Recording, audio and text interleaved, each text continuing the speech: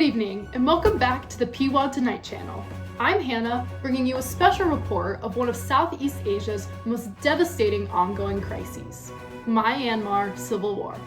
Let's first check in with Caroline, our field correspondent, who can give us some more context on the conflict. Thanks, Hannah. For the past few months, I have been observing the conflict in Myanmar, and here's what I found. Myanmar's civil war reflects a long history of military rule, ethnic conflict, and a failed attempt towards democracy. After gaining independence in 1948, the government failed to deliver the freedom they promised to minority groups, which led to decades of fighting. Then in 1962, a military coup seized control, starting a dictatorship that still had power even after civilian government was voted in 2015. In 2021, a new coup overthrew the elected leadership, creating mass protests, arrests, and violence. People fought back, forming the National Unity Government, the NUG, and People's Defense Forces, the PDFs, which allied with ethnic militias to oppose the junta. By 2024, resistance forces had gained ground in rural areas, in key regions like Kaya and Sagaing, while the military struggled with soldiers leaving and failed to hold elections. The NUG has become the main democratic leader, delivering public services and seeking international support, while the junta faces growing territorial losses and diminishing control over urban areas. This situation cannot just be ignored. Something needs to change. Thank you, Caroline. This is truly devastating to see, and I could not agree more that these victims deserve justice. Tuning in now is Sunny, our very own transitional justice analyst, who can give us some more insight on how Myanmar can go about bringing peace. Thanks, Hannah, and thank you to everyone tuning in to the Pwad Tonight channel. Transitional justice is complex, complicated, and integral to establishing peace and stability after a conflict. As Caroline previously explained, Myanmar presents a unique challenge in implementing transitional justice because the country is simultaneously recovering from religious persecution while also undergoing a devastating civil war. After the war ends, a holistic approach to transitional justice must occur for the greater population to recover while concurrently validating the victims of prior, unresolved, and targeted violence. That is a great point, Sunny. Can you explain what this type of approach would look like? That's a great question. Having seen the impacts of military violence, ethnic cleansing, and deep social fragmentation over both religious and ethnic lines, Myanmar's future demands not just a return to peace, but also the meaningful pursuit of justice for the victims and the country in total. In this case, the answer for transitional justice is not a one-size-fits-all approach, but rather a phased, community-based plan that combines both judicial and non-judicial methods in order to promote the truth and healing from the community and upwards to the entire country. In the short term, this requires both truth-telling and reparations pretty immediately. And rather than a national truth commission, which could be seen as sort of performative, our group is opting for recommending community-based truth commissions. We took inspiration from the Greensboro Truth Commission, which was accurately able to get a read both for the context and history of the conflict it was studying, the Ku Klux Klan, because of its proximity and locality. Therefore, we believe that partnering with international organizations like the UN to train members of the community to execute their own truth commissions will allow for people to create safe spaces and to be able to share their truth and their stories with people from their community, the people that they trust. By collaborating with either international or regional actors, this also gives space for third-party mediation and accountability throughout this process. Also in the short term, both material and symbolic reparations could be very useful in Myanmar specifically. This is because reparations in Myanmar should be more than just financial compensation. And they should particularly focus on restoring lost rights, particularly establishing the legal identity and citizenship for the Rohingya Muslims, which had been lost, and also including symbolic steps like public apologies and memorialization of destroyed communities. It is so important to recognize both the past conflict and persecution of the Muslim population in Myanmar, while also considering the importance of reparations for those impacted by the civil war that is still ongoing. Material reparations should also include land restitution, educational access, and community development funds, and can also be tailored to address the need of specific vulnerable groups.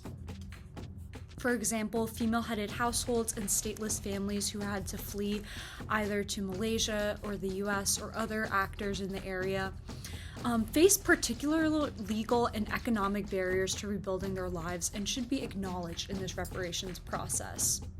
Moving on to the medium term, our group is recommending more judicial methods because they can be seen as slightly ineffective or biased directly after a conflict, and we would like to avoid that. This includes prosecutions led by both the International Criminal Court, which prosecutes individuals, and the International Court of Justice. To see more on this, you can check out our infographic separately from this video, but for the sake of brevity, we'll move on from the judicial methods. In the long term, in order to create a more stable environment that is sustainable, this requires addressing free speech and media rights as well as the civic society that needs to be built up from the foundation in Myanmar. Foremostly, it's important to remember that transitional justice cannot function in silence, which is why we need to focus on the freedom of expression in media, particularly in the long term. Because Myanmar has such a long history of censorship and disinformation, it demands some pretty important reforms, such as repealing Section 66D in their legal code, which has been used to criminalize dissent and put journalists in jail simply for sharing human rights atrocities ongoing in the country. Rebuilding independent media institutions and training local journalists with our regional and international partners can also help rebuild trust in the media and help people feel more comfortable sharing what their truth is. Additionally, interfaith and interethnic dialogue forums should be established at the community level, and it's important that these are in the long term because it happens after the truth commissions and trials, because it will be important for these dialogues to happen with the most information and the most accurate information possible. Finally, in the long term, as I was saying earlier, it's very important to reestablish civil society from the ground up. Long-term justice requires a public that understands its rights and that can hold institutions accountable. This can include community workshops on human rights and legal protections, and training local monitors to track abuses by the police and government actors. And this will all encourage inclusive participation in both the legal decision-making process and other local processes. Involving the youth, teachers, religious leaders, and civil society actors ensures that justice is not only a theoretical ideal, but a shared civic value that can be seen throughout the legal system. Thank you again, Sunny, for your insight. Now, one more question. What type of obstacles do you see during implementation of this plan? That's a great point. Even after the civil war ends, Myanmar will face major challenges in implementing transitional justice. Foremostly, the continued power of the military will pose a significant obstacle to transitional justice in Myanmar.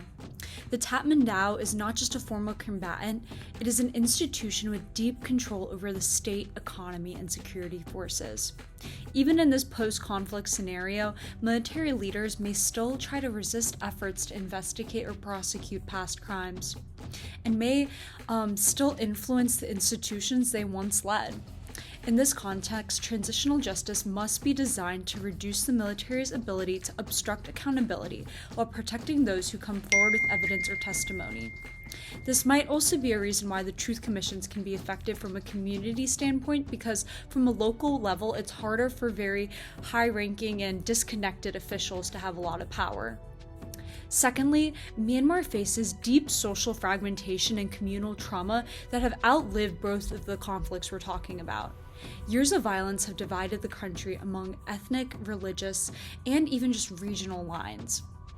Since there are a large number of people who've been victims of both of the persecution and civil wars we have discussed, this could have created a very deep sense of mistrust, particularly in the Rohingya Muslim population.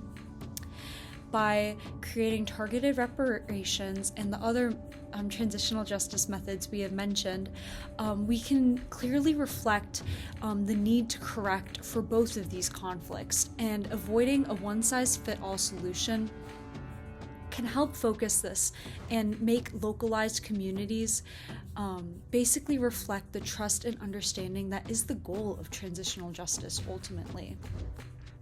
Finally, political fragility, as we see in most post-conflict ridden countries, will shape what's realistically possible. After a civil war, a newer transitional government will face an overwhelming amount of problems and things they have to deal with, such as rebuilding schools, restoring the economy, helping displaced families return. The list is just endless. In this environment, justice may seem as politically risky or less urgent, which, while it is still very important, is one of the reasons we put it in to the medium-term aspect of our plan once more immediate threats and problems can be addressed. However, it is important to understand that these judicial methods are essential because ignoring accountability can only postpone conflict rather than going to the root and really trying to dissipate those tensions that underlie the conflict that has occurred. Therefore, transitional justice won't be simple or immediate and will require a long-term, flexible plan that is locally grounded and politically aware, in order to keep justice on the table without losing sight of all the people sitting at the seats. You know, it looks like Myanmar has a lot of work to do, but we here on the Pwad Tonight channel hold on to hope that we will see this plan in action in the years to come. We now have on air Sarah, the UN Special Reporter on Human Rights. Sarah, thank you so much for your time. I know I, as well as our viewers, are curious about the international community's role in this transitional justice plan. Thank you, Hannah. The international community plays a vital role in the conduct of proper transitional justice for the people of Myanmar. To promote truth-seeking and historical acknowledgement of the atrocities, they must document and collect evidence of the various crimes against humanity. This information will be further used as evidence in the trial against the junta.